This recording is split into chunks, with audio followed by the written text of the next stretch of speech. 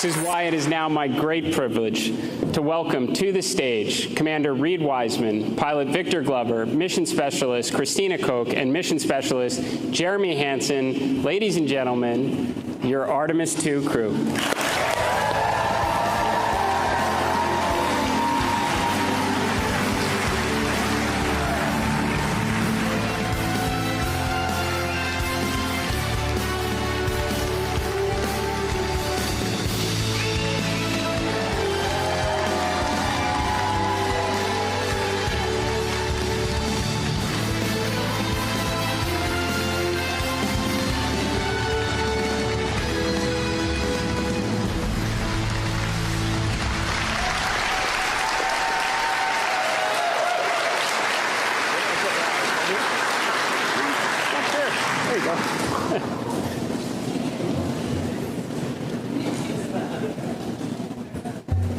Space motion sickness on a ride. Well, Artemis II crew, this moment is the result of years of hard work, absolute immense expertise, and just being all around great human beings. Now, of course, many of us already knew that, especially your families that supported you throughout your impressive careers and on this 250,000-mile mission from Earth. But now the world knows what incredible people you are as you brought us all along with you on this epic journey of integrity. Over the last 10 days, you tested the SLS rocket, the Orion spacecraft, you manually piloted the vehicle, you performed critical operations, relayed scientific observations, captured inspiring pictures, and of course ventured farther into space than anyone in history on a true test mission.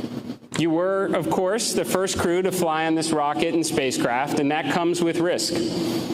You accepted that risk for what we collectively stood to gain, all that we have now learned from your mission, and for where we will inevitably go from here. But you're not alone. You took all of us along with you, the contributions from the pioneers of decades past, the love of your families here on Earth, and those that were watching over you from the stars. Artemis II is the opening act in America's return to the moon. As we stand here this evening, the mobile launcher is preparing to go back to the VAB. Artemis III will start being assembled, and the next crew will begin preparing to play their part. As we return to the lunar surface, we build the base, and we never give up the moon again.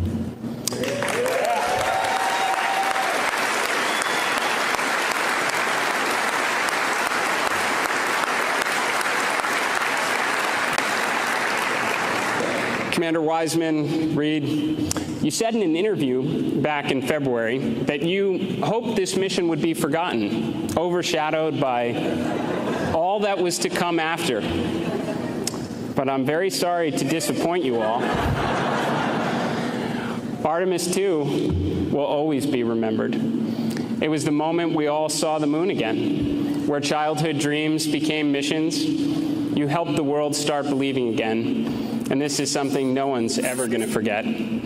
So on behalf of NASA and the space-loving community from around the world, thank you for showing us your courage, your professionalism, your unity, and your humanity. Thank you for showing us the moon again. Thank you for showing us planet Earth again. And thank you for contributing to the greatest adventure in human history.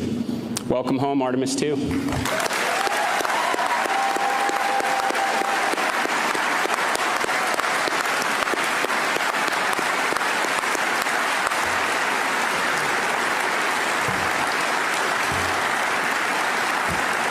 And now it's my honor to turn the floor over to Commander Reed Wiseman. What's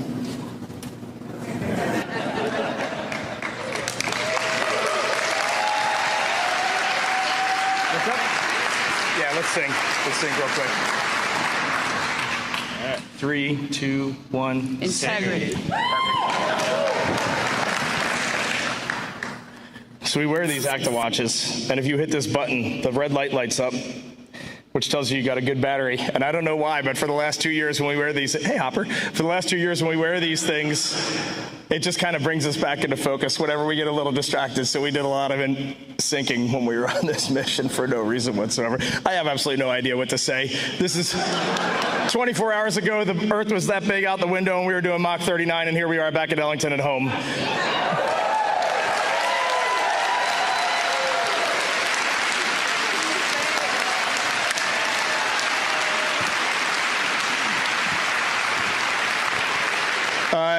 every one of us are just going to give a couple words, but I get the mic first, so I'm going to start. Victor, Christina, and Jeremy, we are bonded forever. And no one down here is ever going to know what the four of us just went through.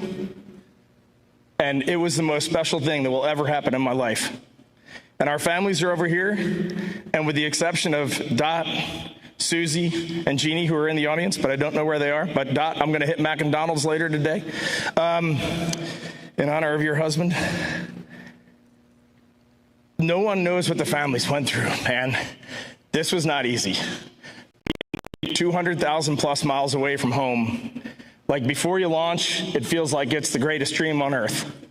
And when you're out there, you just want to get back to your families and your friends. It's a special thing to be a human, and it's a special thing to be on planet Earth. Thank you.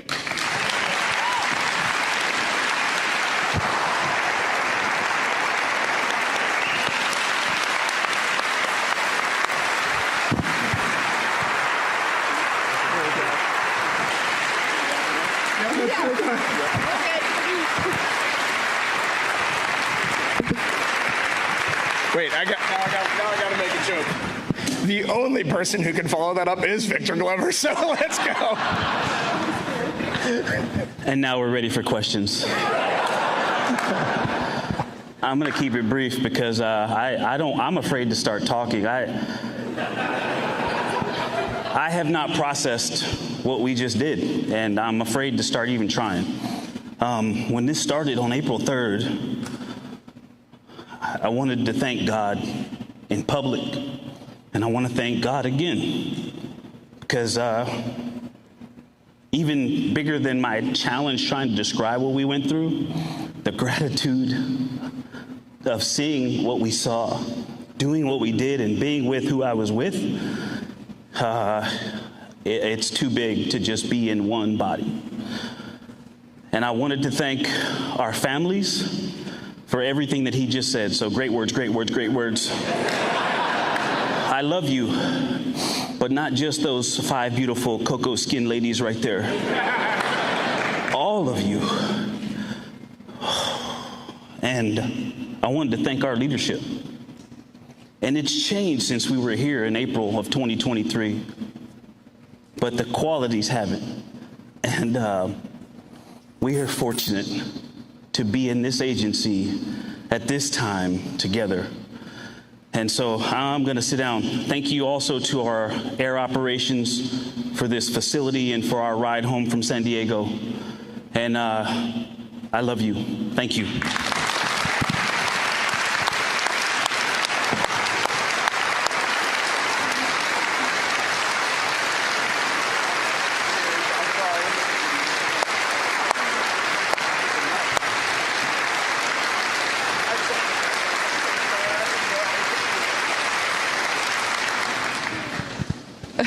Reed just said it was a setup for us who had to follow him. That's true. I couldn't sleep this morning, so I did write some words down in my mind, and I'm going to try and share them with you today.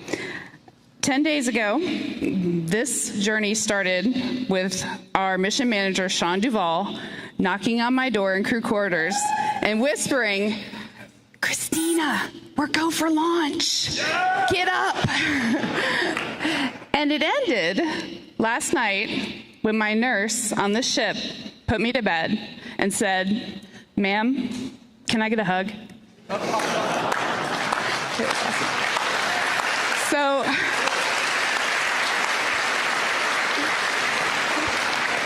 a lot has happened since then, but or between those two moments, but the start and the end were human moments here on Earth. So several years ago, I was giving a speech, and I was doing my usual talk about crew and crewmates and teamwork, and someone asked the question, what makes a crew? What is different about a crew than a team? And I was like, I got this. Opened my mouth confidently to tell them everything I knew about being a crewmate. And everything that came out of my mouth was completely without value. I was like, yeah, crews, they're in space, and they work together, but they eat together too. So, they're a crew. And boats have crews. You're a crew if you're on a boat. Helps if you have a paddle. That's That'll be good. That'll make you a crew. But the last 10 days, I've gotten a little bit of a better answer on that question.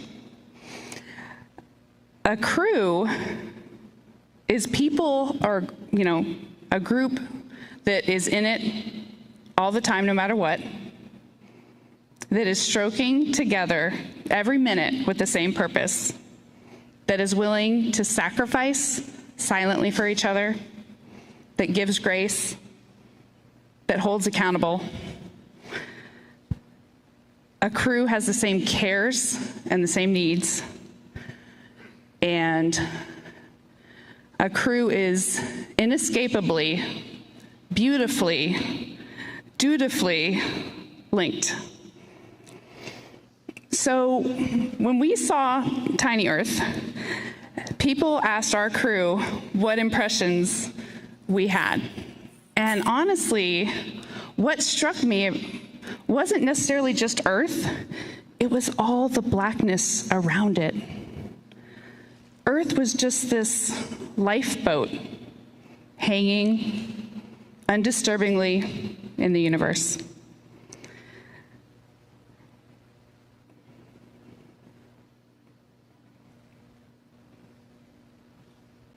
Uh-oh. So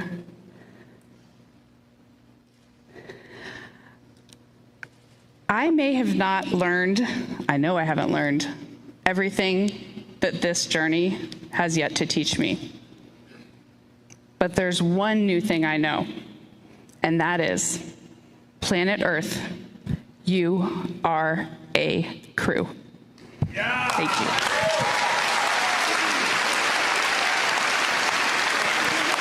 You guys gotta cut it out, man. Good boy.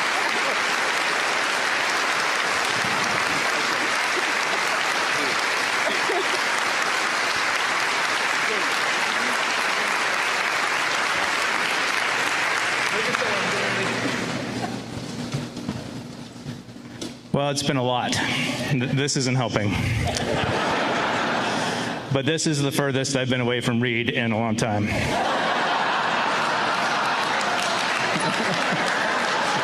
Thank you. All right, that's good. Thank you.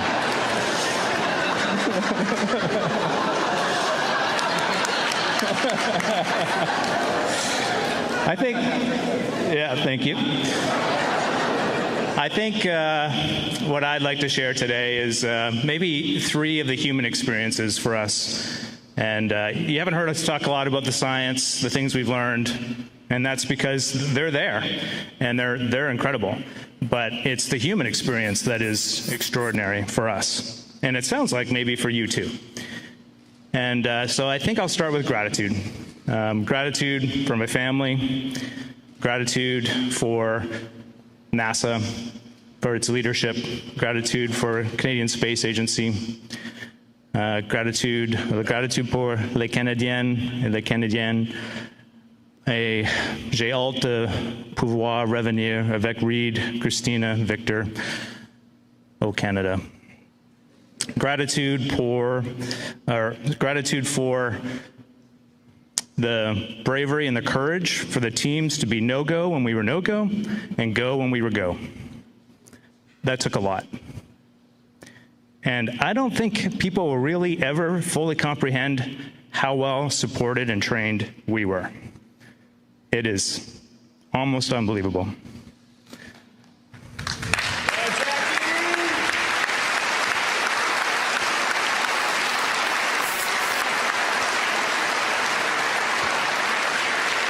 All right, and as my daughter would say, I'll try and stay locked in here. Okay.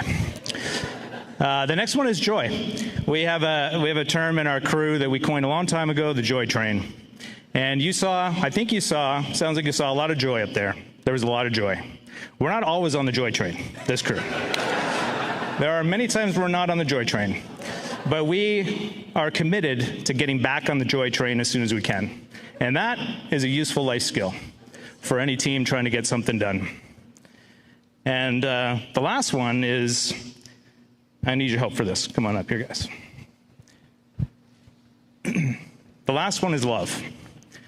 What you saw was a group of people who loved contributing, having meaningful contribution, and extracting joy out of that. And what we've been hearing is that was something special for you to witness. And the reason I had them form up here with me is because I would suggest to you that when you look up here, you're not looking at us. We are a mirror reflecting you. And if you like what you see, then just look a little deeper. This is you. Dude, come on.